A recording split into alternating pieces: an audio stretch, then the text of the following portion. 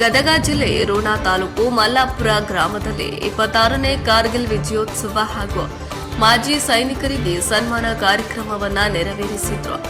ಜಿಲ್ಲಾ ಬಿಜೆಪಿ ವತಿಯಿಂದ ನರಗುಂದ ವಿಧಾನಸಭಾ ಕ್ಷೇತ್ರದ ರೋಣ ತಾಲೂಕು ಮಲ್ಲಾಪುರ ಗ್ರಾಮದಲ್ಲಿ ಕಾರ್ಗಿಲ್ ವಿಜಯೋತ್ಸವ ಕಾರ್ಯಕ್ರಮ ಜರುಗಿತು. ಇನ್ನು ಇದೇ ಸಂದರ್ಭದಲ್ಲಿ ನಿವೃತ್ತ ಸೈನಿಕರಾದ ರೇಣುಕಾಗೌಡ ದಾನಪ್ಪಗೌಡ್ರ, ಶರಣಪ್ಪ ಗಾರವಾಡ, ವೆಂಕಪ್ಪ ಜಾಲಿಹಾಳ, ಮುತ್ತಣ್ಣ ಕಣಕಿ, ಭೀಮಪ್ಪ ಬಲೇರಿ, ಅರ್ಜುನ ಹರವುಣಸಿ, ಜಗದೀಶ ದಾನರೆಡ್ಡಿ, ಬಸವರಾಜ ಡೊಳ್ಳಿನ, ಉಮೇಶ ಗಾಣಿಗೇರ, ಕಳಕಪ್ಪ ಗಾರವಾಡ ಅವರನ್ನ ಸನ್ಮಾನಿಸಲಾಯಿತು. ಇನ್ನು ಜಿಲ್ಲಾ ಬಿಜೆಪಿ ಪ್ರಧಾನ ಕಾರ್ಯದರ್ಶಿ ಲಿಂಗರಾಜ ತಿ ಪಾಟೀಲ, ಗ್ರಾಮ ಘಟಕದ ಅಧ್ಯಕ್ಷ ಶರಣಪ್ಪ ಗಳಿಗುನ್ನವರ, ಎಸ್ಡಿಎಂಸಿ ಅಧ್ಯಕ್ಷ ನೀಲಪ್ಪ ದಾನಪ್ಪಗೌಡ್ರ, ಹೊಳೆ ಆಲೂರ ಮಂಡಲ ಅಧ್ಯಕ್ಷ ಮೋರ್ಚಾ ಅಧ್ಯಕ್ಷ